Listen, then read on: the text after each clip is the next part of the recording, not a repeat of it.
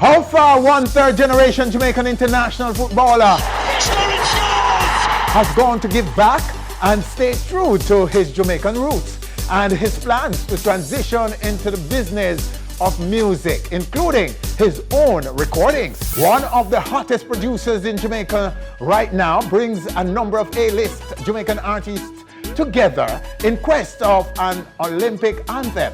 We will give you a first look at the potential anthem right here on our stage. E-news, reviews, video stage, and more are all coming up. Welcome to the show, everyone. I'm Winfred Williams. We will be right back.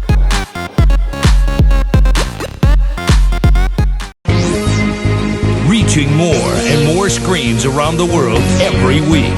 Onstage, so much more than entertainment. Welcome back. Jason now gives us the stories making our e-news and reviews this week. From Reggae Sumfest in Montego Bay to the return of St. Mary McComfram in Anato Bay. Jamaica's North Coast was very busy with entertainment offerings over the past couple of weeks, leading up to the climatic Independence Weekend in Jamaica. Reggae Sumfest, as reported, was a winner.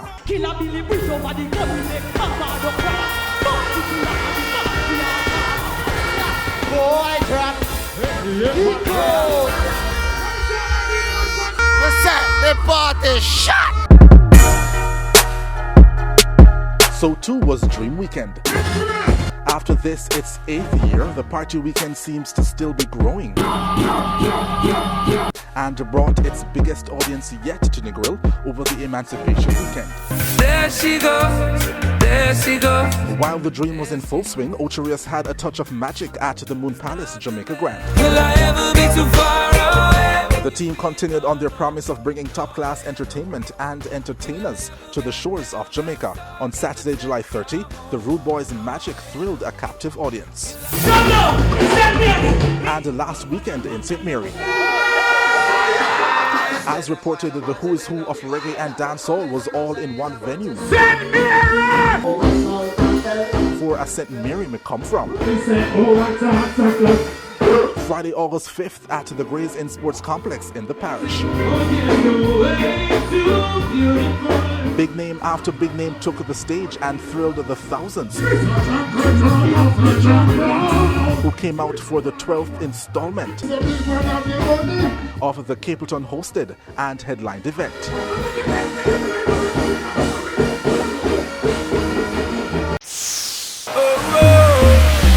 Billboard's declaration that Sean Paul is the king of dancehall came under scrutiny by members of the reggae dancehall community. But when it comes down to the checks and balances, Sean Paul has become the only Jamaican artist to make it to the top of the Billboard chart all of 4 times. So in the eyes of Billboard, Sean Paul is king. In 2003, the Dutty Cup DJ made it to number 1 for the first time with the follow-up to his breakout single Gimme the Light called Get Busy. Woman, get busy. Just shake that booty non-stop when the beat drop. Just keep swinging it. Then later that year, with his tremendous popularity, made it on the follow-up single to Beyonce's Crazy in Love breakout, Baby Boy, which thrusted him back into the number 1 spot. An album later in 2006, and Sean Paul was back on top with the infectious single Temperature. Well, on the way the time cold, I wanna be keeping you warm. Fast forward 10 years, and the brand that is Sean Paul has shot to the top of the coveted chart once again. This time with Sia for a song called Cheap Thrills. Just you and me. Which has been sitting there now for 3 weeks. Sean Paul's only rival in terms of Billboard success is Shaggy, with 2 number 1 Billboard singles. And speaking of Sean Paul and the Billboard, he and Tarrus Riley tops the list of nominations for the 2016 staging of the International Reggae and World Music Awards, IRAMA, with 3 and 4 nominations, respectively. Among them, Best Music Video and Best Crossover Song for their Billboard hits Cheap Thrills and Power. Sean Paul also picked up a nomination for Best Caribbean Entertainer, while Tarrus Riley is in the running for Best Male Vocalist and Most Cultural Entertainer. Other multiple nominees are Spice, Popcorn, Itana, and Omi, who each received 2 nominations in various categories. For the coveted Best New Entertainer Award, Jamil, Version, Don Andre, Skip Marley, and Jalil are vying for the win, while Vibes Cartel, Alkaline, Dexter Daps, I Octane, Popcorn, Spice, Tifa, Vanessa Bling, and Ishona are looking to cop awards for Best Male and Female Dancehall Artist, respectively. The 35th annual Iramas is set for Sunday, October 2nd in Fort Lauderdale. Stay tuned to Onstage.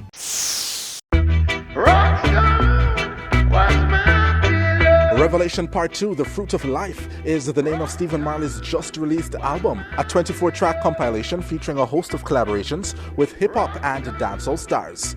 A few have criticized the second-generation Marley for his collabs on the hip-hop front, but the artist seems to be unfazed and pushes forward with his new single featuring American rapper Waka Flocka. The single is called The Scars on My Feet, with a brilliant video to match. Look at the scars on my feet. From this road I travel, but I'm seeing change gradual. I went from an apartment to a castle, gravel on my feet. You see, I took a lot of losses, grinding no matter what the cost is. I got a vision so flawless. All right, so those are the stories making our e-news and reviews this week. Stay with us right here on stage. Still to come, how far one third-generation Jamaican international footballer has gone to give back and stay true to his Jamaican roots. And one of the hottest producers in Jamaica's music brings a number of A-list Jamaican artists together in quest of an Olympic anthem. We will give you the first look at the potential anthem right here on stage.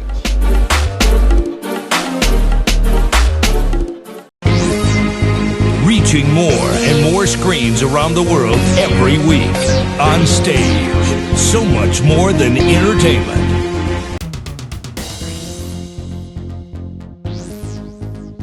Welcome back with the Olympic Games in Rio, now moving into high gear.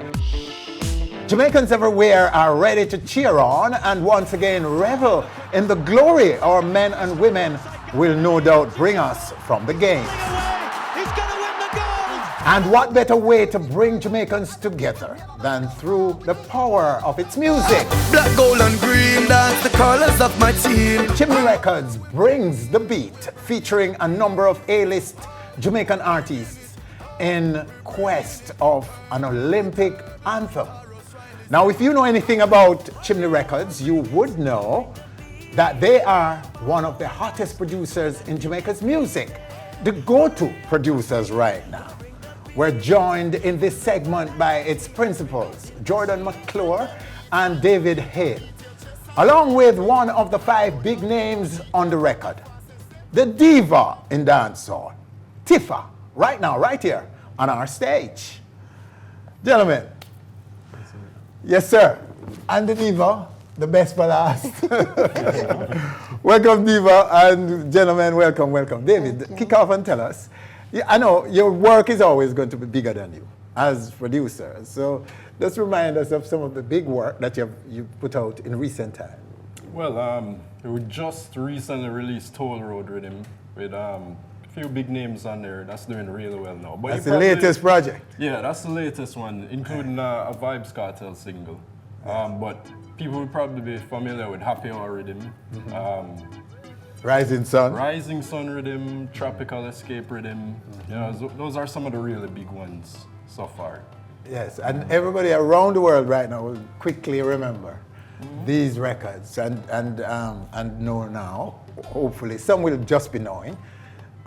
He's very popular, maybe more popular than you, maybe because of his height. I mean, he's kind of hard. Jordan is very high. You know? Yeah, he's kind of hard to miss, you know, and he also hangs out with the artists more, so. Oh, yeah. Yeah. Yeah, you I'm can't kind miss of a it. little more antisocial sometimes. So that might Maybe you're the harder worker. He's the star guy. So, star guy, jump in and talk about this project for us. It's Genesis. How did it come about? The Bring the Beat project you're talking about.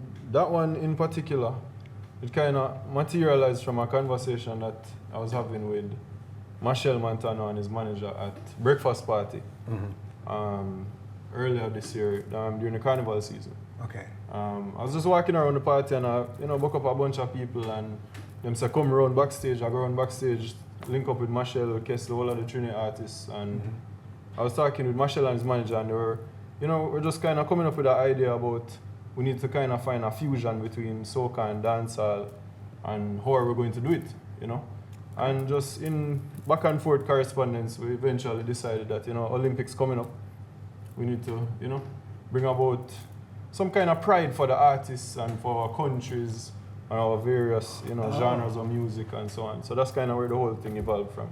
Interesting. So there would be, so the project really, inspiration behind it and so on. It's a coming together of the music, which we're known for and powerful for the Caribbean, Right. and our sportsmen and women, Right. and what they have achieved for us. Yeah, and the various genres of music that we So both. an anthem indeed could come out of this. Yes. And so to go on now and talk a little bit about bringing now the project to fruition. All right, so what happened at that point is that Marshall sent a demo of an idea with Yes. some vocals. He and some of his producers in Trinidad teamed up and they did some stuff and then they sent it to us. We did some more stuff and sent it back to them, then they sent it to some other producers in the States. It went over to Cayman to another producer over there.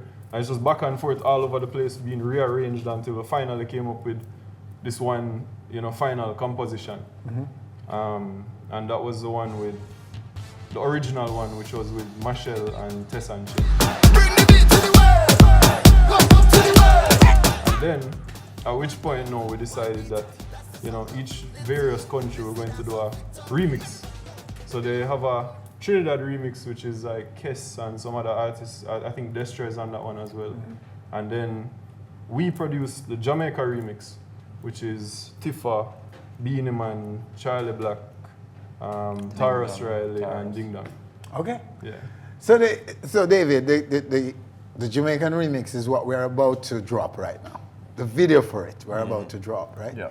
It's a spirit of collaboration and unity, but even with the Jamaican version, we're still encouraging collaboration within dancehall and reggae music itself, and trying to show and inspire people that, we're better, we're stronger when we're unified, and to present that to the world, and something that we can be proud of. Wow. Wow, what a wonderful thing you guys are doing, using the opportunity of the games to do. So Tifa. Yes, sir. The artist, and you're one of the artists on it. Do you feel Caribbean in this rhythm? Do you feel the rhythm? Is the rhythm speaking to you in a Caribbean language and not just a Jamaican reggae dancehall language? I mean, most definitely with the whistles and this, the familiar sounds that you'd hear in carnival music. But as I said, it's a perfect fusion of, Caribbean, but with our Jamaican touch on it. Yes. All right. So what we're gonna do now is to kill the suspense and go to the music, and then we'll talk later. All right? Let's go to it. Winning, this is Beanie Man. Hey. No bother wait with it. Don't make kiss with it. Now go play with it. Oh no. No, I straight winning. First place with it. No debate, this is no time. Jamaica press gas. We run the tracks, everybody know fast. Be proud of your country, me want see the flags. Ball let a jump up, Rasta man a flash. You saying Bolt and Shelly and Fraser, they are the kings and queen in a running. That's true. Beanie Man are the king for the dance hall. Baba the king in a hall reggae singing. At the Olympic Games, no matter what talk, it's gold and silver we winning. Celebration time, reefers cross the line and all the Caribbean gunning. From Kingston, Jamaica to the 14 Parishes, we are gonna take it to the world. Bring the beat every sport, every each champion, boy, champion, go. Black, gold and green, that's the colors of my team. We mad and we mean, we're bringing the beat. Oh, we're bringing it. Oh, we're bringing it. Turble with turble, Taurus Riley singing it. Hurry up and bring it. Bring the beat. Born winners cannot be defeated. Hey, hey, hey, move on. Hey, hey, hey. All right. Oh yes, definitely bringing the beat right there. And if there's a favorite for me in there, it's who? Diva, The diva. The diva is my favorite in that. Tiff. Yes, sir. Wow. Did you see the video before? I glimpsed it. I glimpsed a bit. You get the fullness, right? Yeah, I got the full of it. So how you feel about it? I'm happy about it. I mean, from inception in the recording, it was just a lot of vibes and fun, and Beenie Man is a character, and Ding Dong bring him own little vibe to it. So I mean, it was just fun. Taurus, everybody, it was just a fun vibe that day. It was easy to write. And big up RD Studios. Yeah, big up RD Studios are directing. Every time. Right? Okay. And who is the director for it? Ruption and Steez. Okay. It's nice, and I hope it's. Where's the single now? The single is out rotating already? Yeah, it's on radio and various media. And the video. It was on Grand Gala also. It was at the Grand Gala also where it played and at Stadium. Yeah, at Stadium, yeah. And what was the response like? Awesome. Good, very good. Very good? But anyway, let's get into now some updates. So with you, David, you were talking about a new project. Yeah. Talk a little bit more about that. What's on the cutting table right now? What else? And what are we to expect from you? A leading go-to producer in Jamaica's music. All right, well, as we mentioned, Toll Road Rhythm is out right now. Also, Training Wheel by Vibes Cartel, which is actually a single. It's not actually part of Toll Road Rhythm. A lot of people seem to think that it is, but it's actually a separate single. Okay.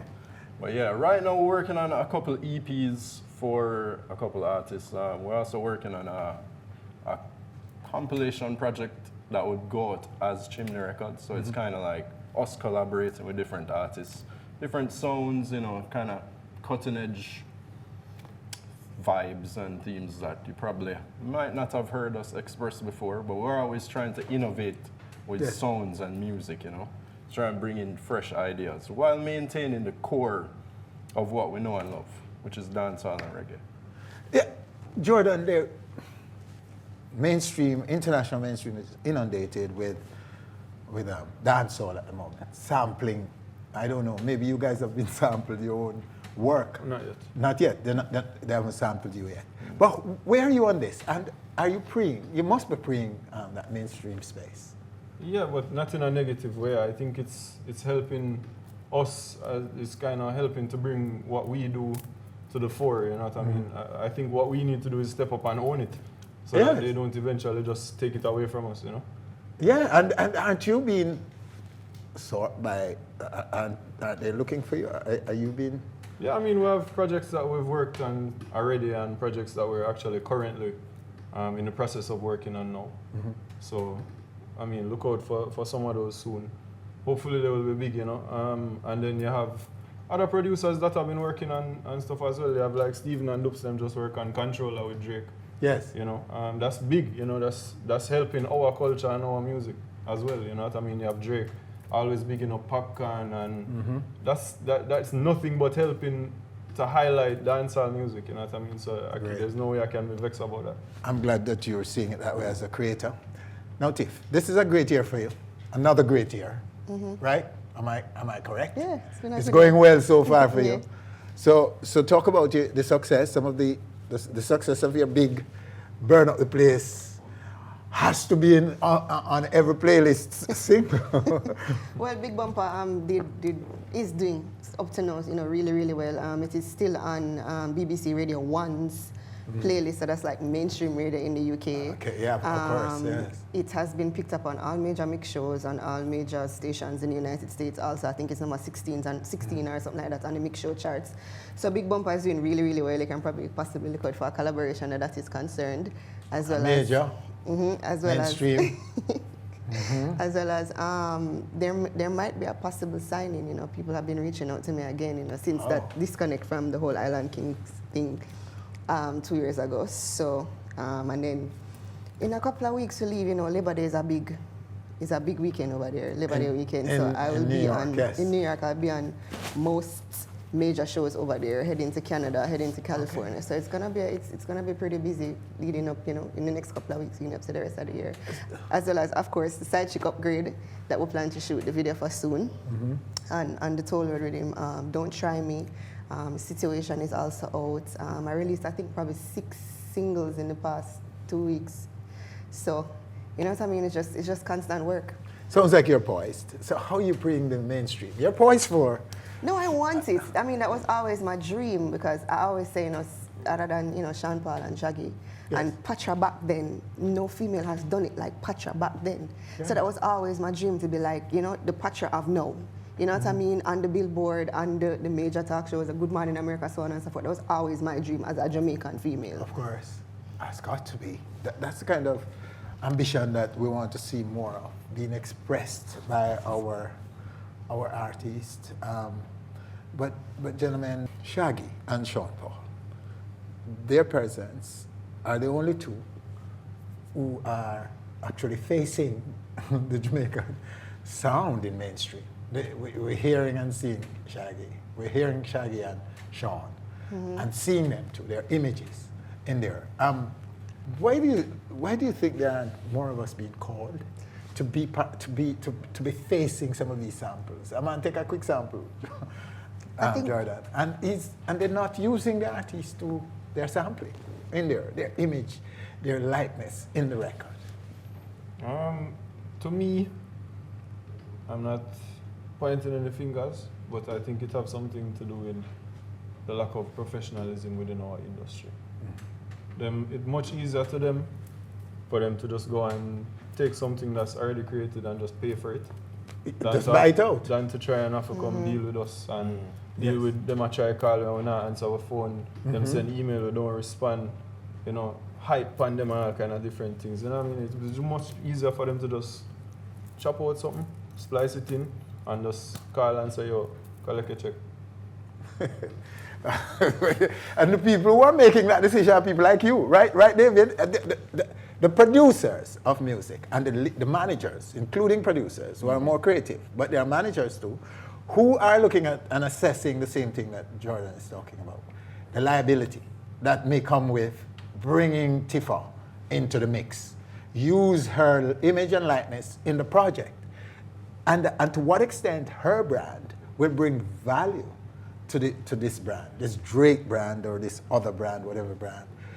That's the assessment being made, and it's not going well for us, for our artists.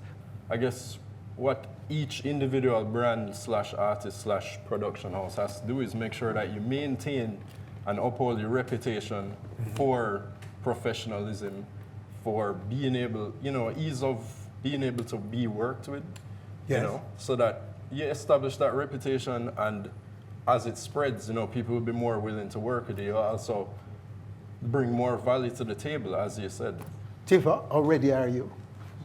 I've been ready. Yes. And I think I totally agree with the 2 points, but I think that they realize that there's, every couple of years there's a wave or there's a trend. I think dancehall is the wave right now, and I think they realize it, because if you notice, more of us are being entered, onto the Billboard charts. Charlie Black, Missy Javada entered yesterday, Nyanda with her song, and they're being put into commercials. I think they realize that there is a wave, and I think that now more than ever, the evolution has come. You know what I mean? The change.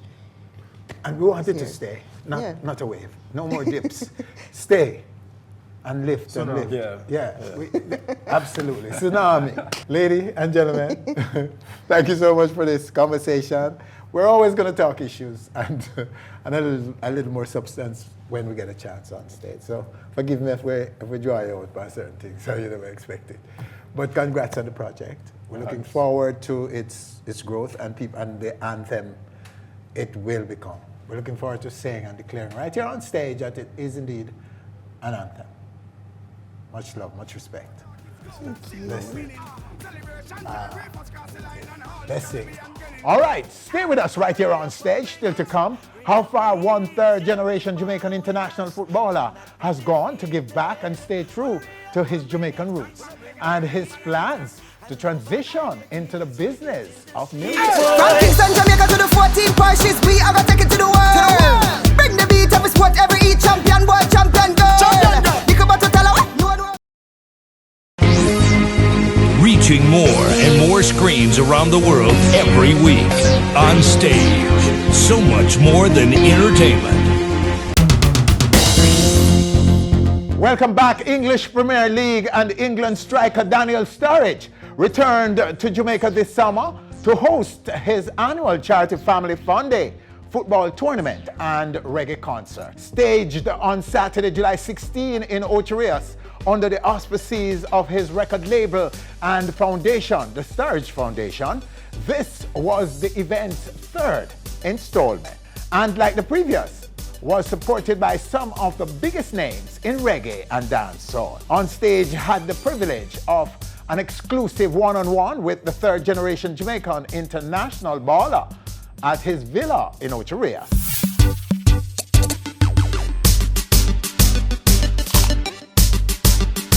So Daniel, thank you sir for having us. Pleasure's all mine, man. Oh yes, and we must congratulate you for the tremendous work you're doing and with your foundation in Jamaica, and for wanting to come here and would you call it give back, or? Yeah, I mean, you know, for myself, it's been first and foremost a pleasure to, you know, to have a homeland like Jamaica, you know, for my grandparents and way before them, to be able to come to a place like this and to give back to my roots is always something that has been on my mind from before I become a professional footballer. Okay. But to be able to do that here and to be able to try and make a difference is always a great feeling. So were you raised as a Jamaican? Yes, very much. You know, from the food, you know, to the music, to just the culture, the vibes, everything about where I grew up. There was a big Caribbean influence anyway in my environment. Not just my household in terms of the dancing and in terms of the food and in terms of all that stuff, the music, but more so in my community as well. There was a lot of Caribbean restaurants, especially Jamaican restaurants, a lot of patois being taught, a lot of, you know, just that whole vibe. Where I grew up in Birmingham in England, that's how it was. So coming here, it just felt like, when I first touched down in Jamaica, it just felt like home immediately. You know, besides the fact of my grandparents being from here, yes, and so on and so forth, aunties, uncles, granduncles, parents, everything, you know, cousins that still live here. A lot of people still live in Jamaica, but to have, you know, this place is, as I said, my homeland, it's a brilliant feeling. Yeah, but being Jamaican and accepting your Jamaican roots, what are the negatives? What are the positives? How do you weigh it? When you weigh it up, what's winning? I never ever feel like there's any negatives when it comes to Jamaica, to be honest with you. I feel like if you look at the world as a place, and you look at, if you was to ask anyone around the world, I'm talking about the whole world, and you was to ask them, name me 3 countries that you love, Jamaica would always be one. Yes. Because there's so much history, there's so much good energy here, there's so much people that have been influential around the world. You know, that it's one of those places that will always be forever in people's mindsets, whether it be Marcus Garvey, whether it be Bob Marley, whether it be Usain, whoever it may be. There's always people, you know, who are from Jamaica, who have transcended and allowed this country to be kind of magnified and glorified. You know, people look at Jamaica and they look at it under a microscope, and it's such a small island, but it's so big around the world that you can never, I can never say there's any negatives about this place. The positives have always been my mindset and the things which has enabled me to have confidence with the dancing and with those types of things.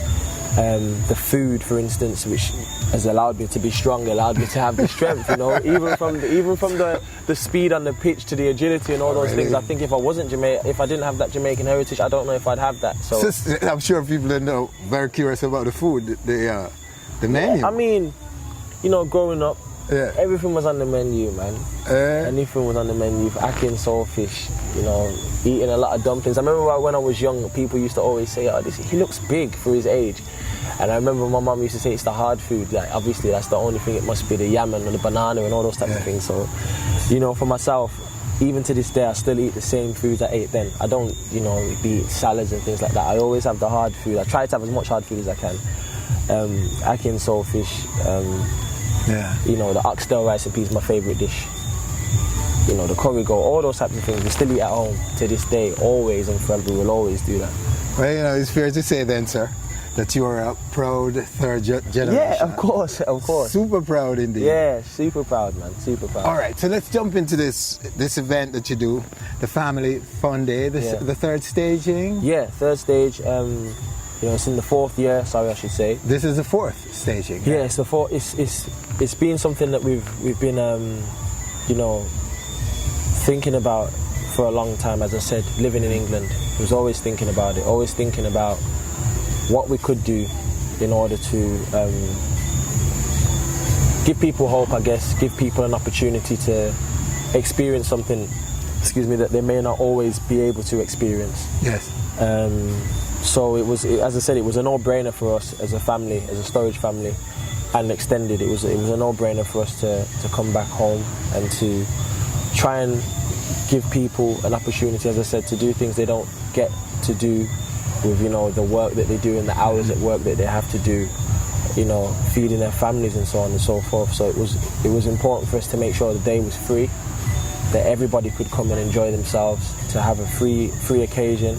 And that's what the Family Fun Day is all about, giving kids an opportunity to express themselves on the football field. Yes. And then also allowing people to come and see artists and see the musicians that they may not be able to afford to see or be able to see due to work restrictions or time or whatever. So it was important for us to do it, and I want to stress to the artists, I hope that they can keep the lyrics PG-13 and not to be too explicit with their lyrics and stuff, because we want to allow the kids to enjoy it just as much as the adults would. How do you find that though? The relationship with them. How difficult is it to get them to do this? This list of artists that you have here, most of whom are dancehallers. Is it difficult to get them to support you? No, it's not difficult. And why it's not difficult is because they understand the cause. They understand what we're trying to do. Okay. They understand that it's important to do things like this for the community. The songs they put out, I listen to them at home myself, and I wouldn't necessarily say that it's important to stress that what they're saying or what they're talking about is a bad thing. It's important to understand that what they're doing is creative, and also to stress that with this particular day, we want them to be PG and to keep the lyrics clean. And you yourself, you're involved. You're an artist, a budding artist, I'm told, is it? I mean, for me, I've been involved in music for a long time now, and I wouldn't necessarily say I'm an artist, but I have a record label. My dad also has Sturridge Entertainment, which is a record label in Jamaica, and he has an artist signed Jason, who's from here also, and they've released a lot of songs that are out. Popcorn's done songs, a lot of people have done songs from Version, and I think some other people.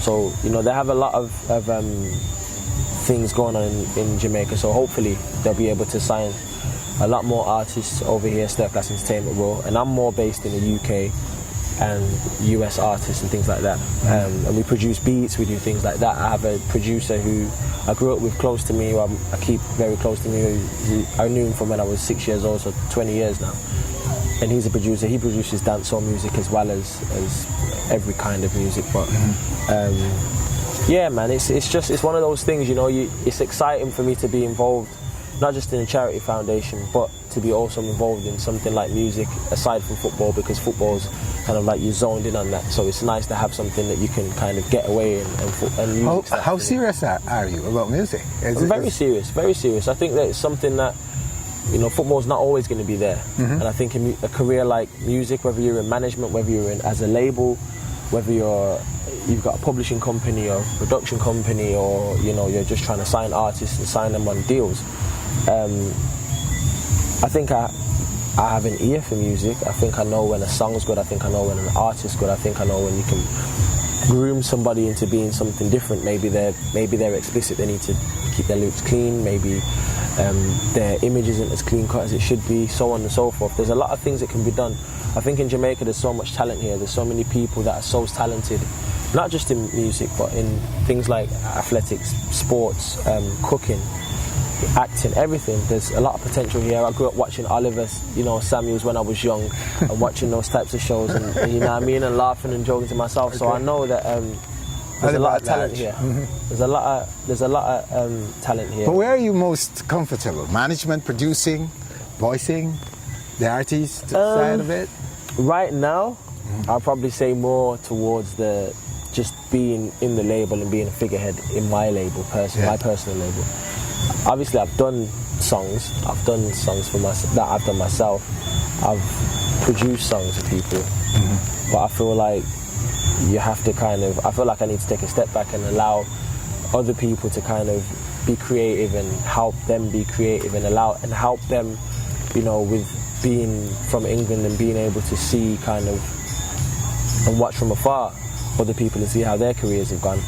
It allows me to then give people that I've met or that I know who I want to sign the foresight and the insight into kind of how I see things being played out. So it's a nice feeling. After the break, Daniel talks future in the music biz, including his own recordings, and also gives his views on the widespread sampling of dancehall in international mainstream music.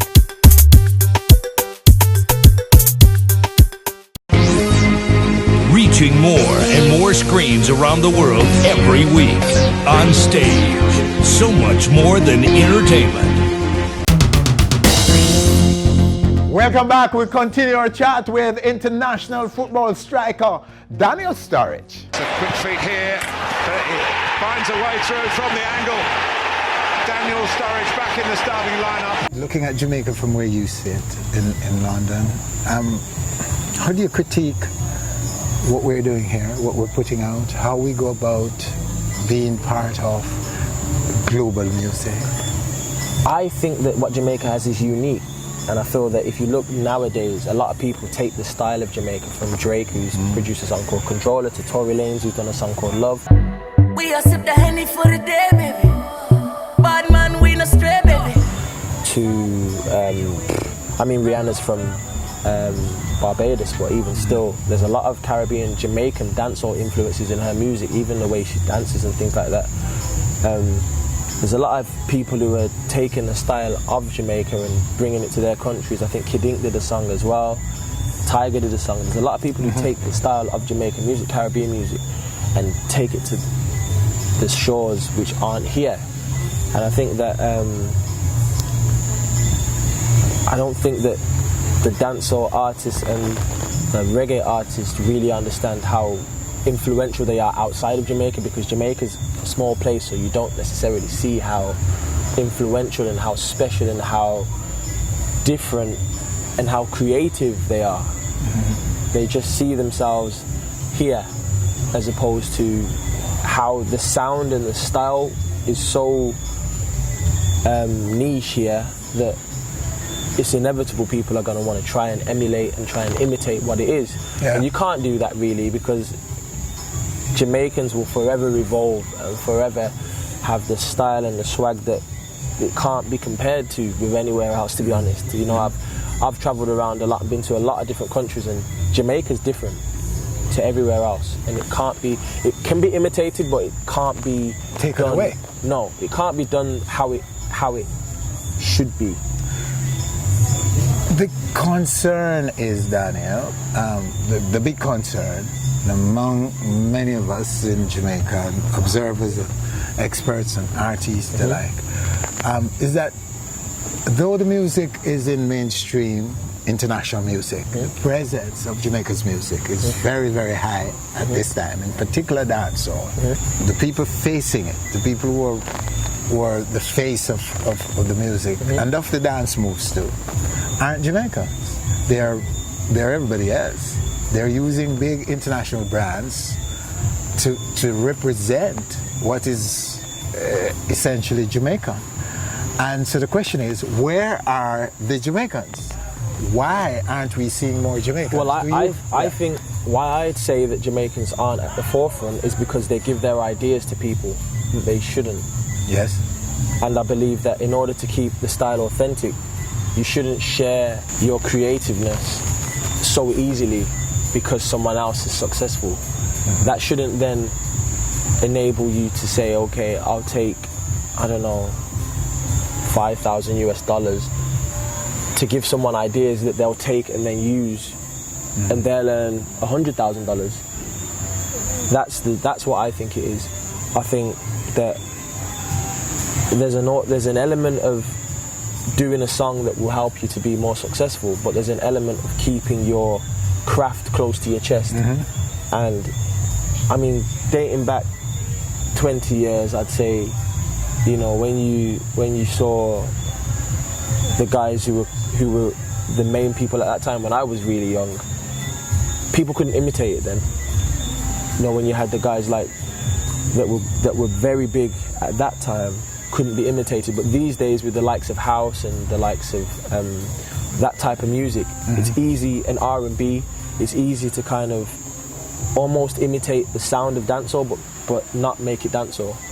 And because it's easy to do that, it then enables people to take the style and kind of wrap it up in a different type of sound. So I've got a friend who lives in Canada, his name is Boy Wonder, and he's a producer, and it's like, he's of Jamaican heritage, so he can produce dancehall beats and make them sound exactly like dancehall. He doesn't live here, but he's similar to me in the sense of he produces dancehall music. His family are from Jamaica. And I feel there's a lot of people out there. I think Major Lazer is another one who, you know, one of them is Jamaican, he lives in Miami, and you know, but there's a lot of other people who aren't from Jamaica, who can sort of imitate the sound, like DJ Mustard. He's done a lot of stuff. He did a song with some guys from the UK, two of them are Jamaican, which is Krypton Conan. One of them is my cousin, and he's got the Jamaican heritage. So there's an element of people who exploit the sound, and there's people who are actually know how to do it because they're families and they've grown up like in the culture. So as I said, I feel like it's important for the artists to understand how good they are.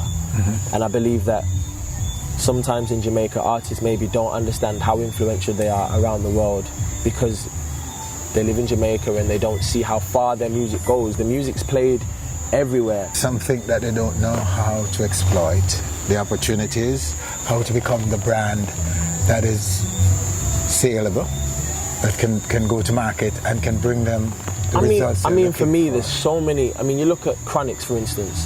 Chronix is somebody who, for me, has gone above and beyond what probably anyone else has done to recent times. And I've seen him have shows in London in front of thousands of people, to go to Holland, to go to Germany, and he's doing reggae music, which is something that everybody knows and loves, and positive music as well, you know, and I believe that we need more of types of people like that, you know, and the likes of people like Popcorn and all that who have gone abroad.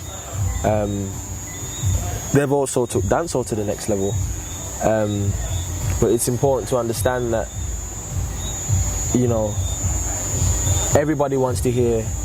I wouldn't disrespect and say nobody wants to hear explicit music, because that's what makes Jamaica authentic, but people want to hear music that, like my parents were saying, in the old days there used to be people dancing together on the dance floor, and there wasn't much daggering at that time. It was more so slow, lovers rock, all that type of stuff, and it'd be nice to see that again.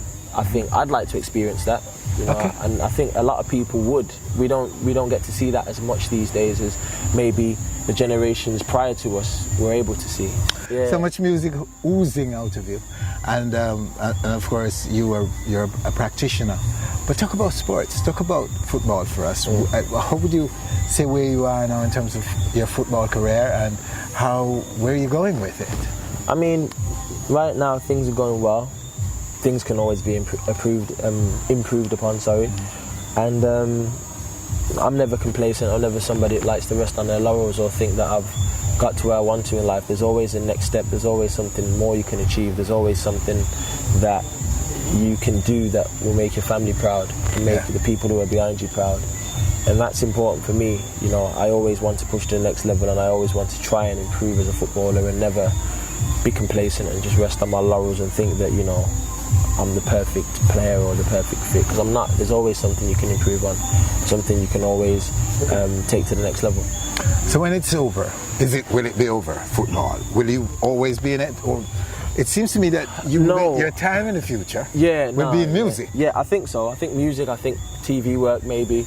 I don't think I'll be in football, just because I feel like there's chapters in your life, you know, where I've put so much time and effort into one thing, and then the hours that you work at football as well, and the time you spend away from your family is so intense that I wouldn't want to put my wife at that time, my kids at that time, I wouldn't want to put them through the same thing for another 10, 15 years and not be able to see my kids grow up. So I don't think I'd want to be involved in football just because of that. I think that I love the game and I always will.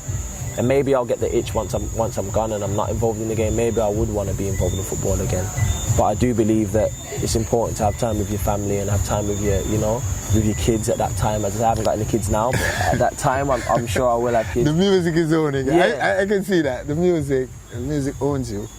But speaking of family, talk a little bit more about that. How important is family to you? You seem to be surrounded by... Yeah, it's the biggest thing for me. I think I've always kept them around. I always will. Just because they've always been there. And I think that along the way, you can meet people who are friends and you get along with them, but your family have been there from the get-go. They've always been there and they always will be there.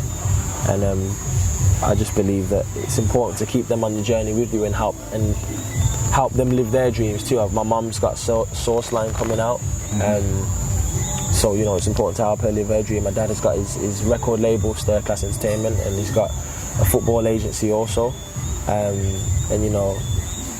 It's just important to help my brother and sister live their dreams and to just be the best I can be for them, to help them to be successful too. Daniel, so good, sir. So good to sit with you and to hear so much about your passion for music and how much and your views on some of the issues that the struggles that locals are facing. The guys in the space right now trying to make themselves heard and their quest to be as good in international and in particular dancehallers. These guys you have on here. Yes. These are the guys who the underclass. Yep. So many of them have become brands, have become someone that people talk about, that people write about, and people celebrate because of music. So many of them.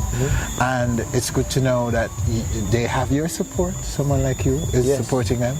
And as a community in the diaspora, the Jamaican-ness in you is so strong, so alive, so supportive, and is always willing to help. So much commendation, my friend, for this. Exactly. And for all the things you've done so far for us Jamaicans, representing us like you do, for a third generation. Yes, Jamaican. I just want to say, finally, thank you very much to Grace Foods as well for sponsoring the day and for giving us the opportunity to have their help, because they're a huge brand globally and they've given us the opportunity to have their support. Without them this wouldn't be possible.